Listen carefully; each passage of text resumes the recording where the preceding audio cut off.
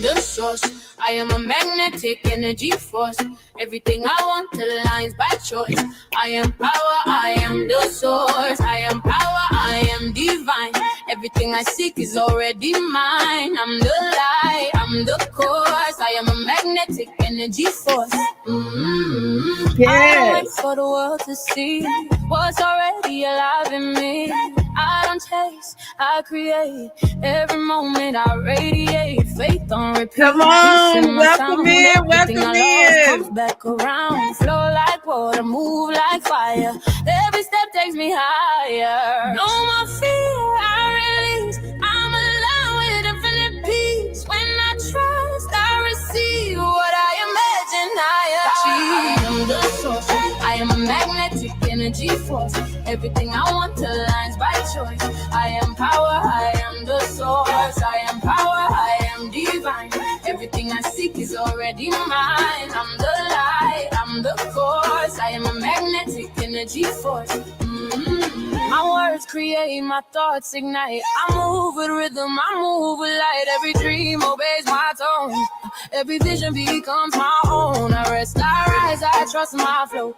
Everything I touch will grow. Abundance comes inside my chest. I'm chosen, I'm led, I'm blessed. I am chosen, I am blessed. Yes, the universe moves through me. I am power, I am peace. My blessings never cease. I'm the flame and the calm. Every storm becomes my song. I am center, I am source. I'm magnetic energy force. I am power, I am light. Every shadow turns to rise. I am source, I am alive. Every blessing comes in. I'm strong, I'm the pro. Energy force. Yes, yes, yes. Did y'all enjoy that? I am magnetic energy. Yes. We are all powerful. We are all divine. Everything you see is already yours. So just sing and bounce to the beat and let whatever stress is bothering you fall beneath. I'm telling you, I'm here to elevate you, and we are moving on with our book club. Be Your Future Self Now by Dr. Benjamin Hardy. Be Your Future Self Now. We have been powering through this book, and we are now on part 2, baby. Part 2. We're going to, we already talked about the future self, things that block us, the threats to our future self. Now we're going to talk about the 7 truths, to our future self, okay? So, truth number 1. You ready? You ready? We are on page 60. Your future drives your present. Write that down. Make sure y'all like and subscribe so that you know the next time that I go live. Get your book wherever you get your books from on that platform. They don't pay me to advertise one, so I'm not going to say one. Wherever you buy yours, that's where you get yours. Or an audiobook. If you don't have it, no worries, because I'm going to read it to you. My name is Dr. J, and I hope you are having an amazing day. So, truth number 1, after you like and subscribe, get your pen and paper, write this down. Your future drives your present. Viktor Frankl said, what man actually needs is not a tensionless state, but rather the striving and struggling for a worthwhile goal, a freely chosen task. What he needs is not the discharge of tension at any cost, but the call of a potential meaning waiting to be fulfilled by him. Fernando Marcos was a very good liar. On December 30th, 1965, he became the 10th president of the Philippines by claiming to be the most decorated war hero in all of the Philippines. Once president, Marcos pursued an aggressive program of infrastructure development throughout the Philippines, building new roads, new schools, and other complexes funded by foreign debt. His extreme spending initially won him popularity. During his second term, Marcos' spending and debt accumulation snowballed into an inflation crisis. The Philippine economy plummeted and social unrest threatened. Marcos didn't care that his people suffered. Who's that sound like? During his presidency, he and his family enjoyed a lavish lifestyle, funded by money stolen from the Central Bank of the Philippines. Guinness awarded the Marcos family the world record for the largest ever theft from a government, an estimated $5 to $10 billion. As president, Marcos invested absurd amounts of money into his military, not to protect his people from foreign invaders, but to control and punish anyone who didn't follow his strict laws.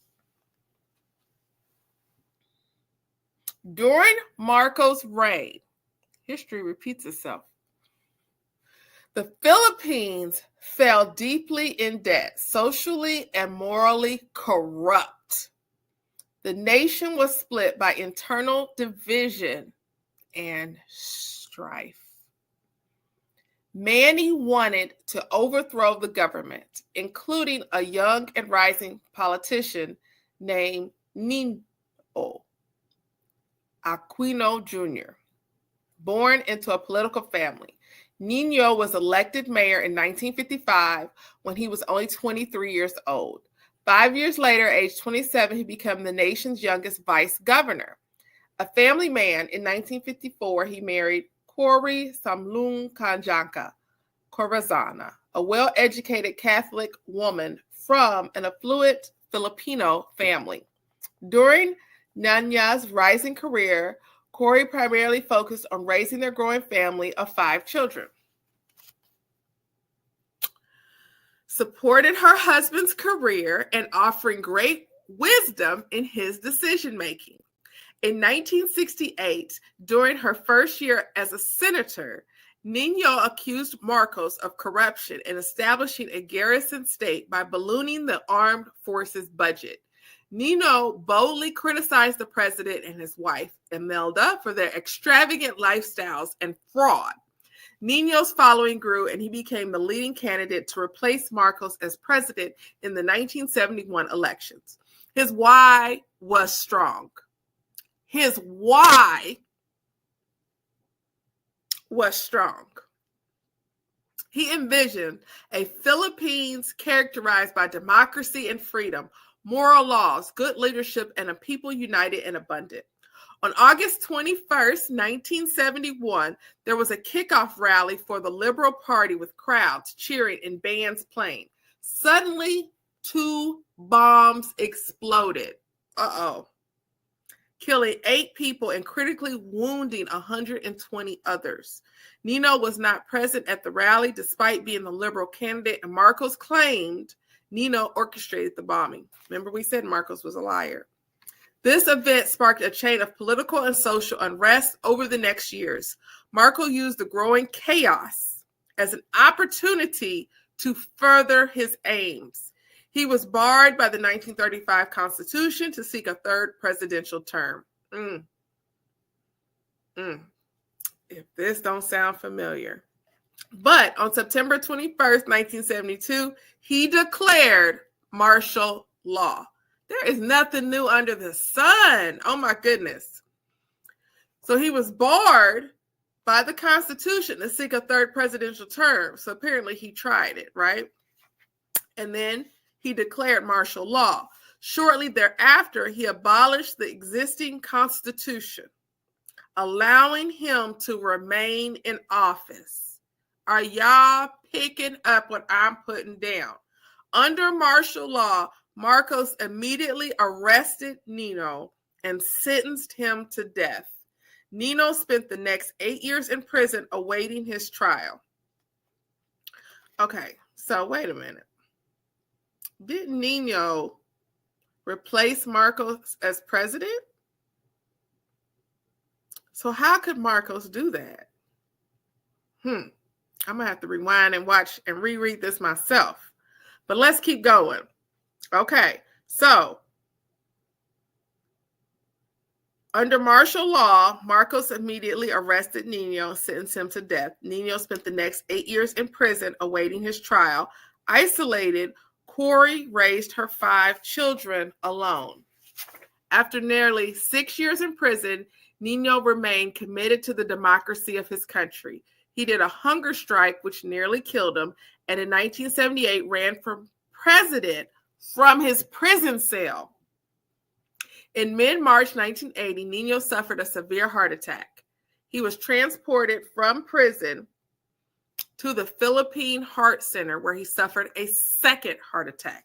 Despite ECG tests that showed a blocked artery, Philippine surgeons were reluctant to perform the coronary bypass. No one wanted to give Marcos a reason to retaliate. Fearing tampering by Marcos, Nino refused to have Philippine doctors treat him.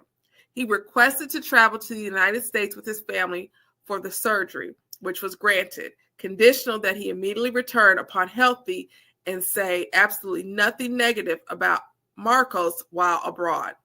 Nino recovered quickly and renounced the agreement he made with Marcos, saying, "A pact with the devil is no pact at all."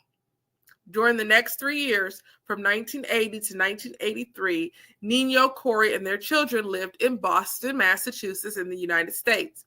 To support his family, Nino wrote 2 books and lectured nationwide while living on fellowship grants from Harvard University.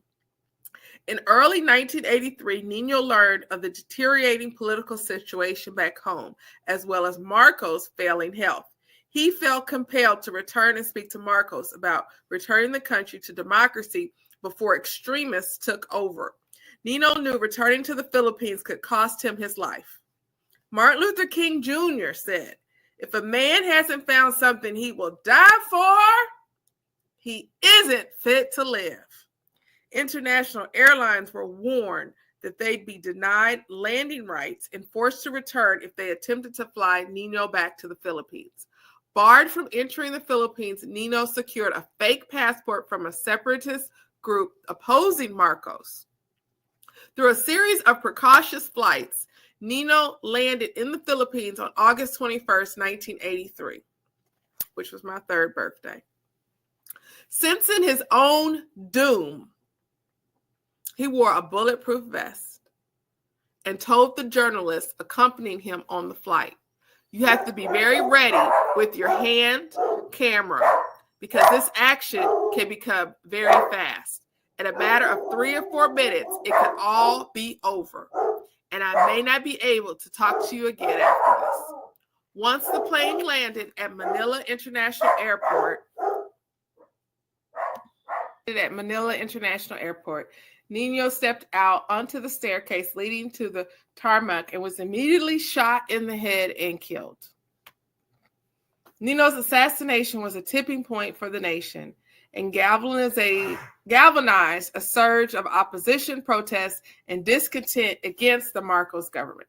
10 days after his death, on August 31st, 1983, Nino's funeral mass was held at Santo Domingo Church in Santa Mesa Heights, Quezon City. Nino's mother, Aurora, told the funeral parlor not to make up or embalm his body so everyone could see what they did to my son.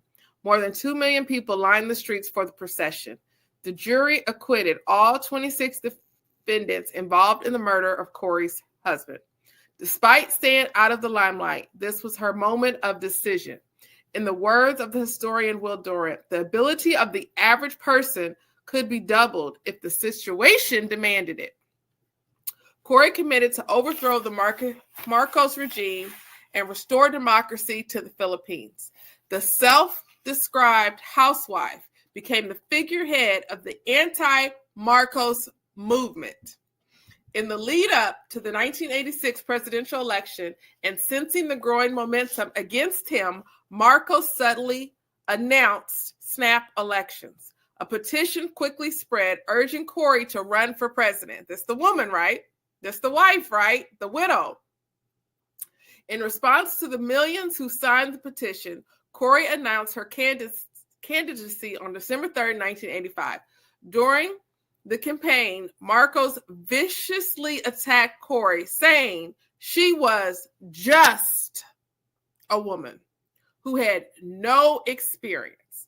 Corey responded calmly, I don't have experience in cheating. I don't have experience in lying to the public. I don't have experience in stealing government money. I don't have experience in killing political opponents. So I do agree. I have less political experience than the kind that you're talking about. The snap election on 1986 was rigged in Marcos' favor. On February 15th, Marcos claimed to be the winner and threatened those who supported Corey with violence and intimidation. Corey and more than 2 million others gathered to protest through peaceful civil disobedience. Global leaders throughout the world expressed their support for Corey, including the United States. On February 22nd, several Filipino military generals announced their support for Corey and stood against the Marcos government. They established operations at the Armed Forces of the Philippines headquarters. Millions of Filipinos gathered to support the rebel military, and Corey flew to Manila to prepare to take over the presidency. After 3 days of peaceful mass protests called the Power People Revolution, Corey was sworn as the 11th president of the Philippines on February 25th, 1986. She became the first female president in all of Asia. That same day, Marcos and his wife fled the Philippines for Hawaii by way of Guam. They brought the following with them: 22 crates of cash valued at $717 million, 300 crates of assorted fine jewelry, $4 million worth of unset precious gems shoved in pampered diaper boxes, 65 Seiko and Carter watches, a 12 by 4 foot box crammed full of real pearls, a 3-foot solid gold statue covered in diamonds and other precious stones, $200,000 in gold bullion, and nearly $1 million in Filipino pesos. Deposit slips to banks in the U.S., Switzerland, and the Cayman Islands worth $124 million. After 3 years in Hawaii, Marcos died of kidney, heart, and lung ailments 17 days after his 72nd birthday. During their time in Hawaii, he and Imelda lived in a luxurious house in Makiki Heights. They were known worldwide for hosting costly parties, while back in the Philippines, the people suffered under the debt the Marcos family had incurred during their rule. As president from 1986 to 1992, Cory Aquino oversaw the drafting of the 1987 Constitution, which limited the powers of the presidency and reestablished the bicameral Congress, successfully removing the previous dictatorial government structures. Although unpopular, she paid off much of the Marcos debts to improve foreign trust and relations. At the end of her term, she quietly returned to civilian life. Following her death on August 1st, 2009, monuments and public landmarks were named in her honor throughout the Philippines. Known in her country as the mother of democracy, Cory Aquino had become her future self. She had fulfilled her purpose. There are 7 truths about your future self. We all have a future self ahead of us. In 10 years, 20 years, and more, we will become our future selves. The question is, who will your future self be? What life will you live? What will you commit yourself to? As Cory did, you will find your future self is often far different than you expect. Cory could have never predicted she would succeed Marcos as the first female president. We all change. Life events change us. Aging changes us. Learning, relationships, experiences, success, and failure change us. Let me say that again. Learning changes us. Life events change us. Aging changes us. Relationships change us. Experience changes us. Success changes us. And failure changes us. As you learn these 7 core truths that we're about to go into, you'll be equipped to handle the changes you'll experience in life. You'll be equipped to handle those changes you'll experience in life. You'll also have the skills to choose and create proactive change for yourself and others. So that was the intro to that truth. The first truth is your future drives your present. Your future is what drives your present. It is absurd to suppose that purpose is not present, because we do not observe the aged deliberating. All right, so like and subscribe so you can hear more about that truth of your future drives your present. Take care. Thank you so much.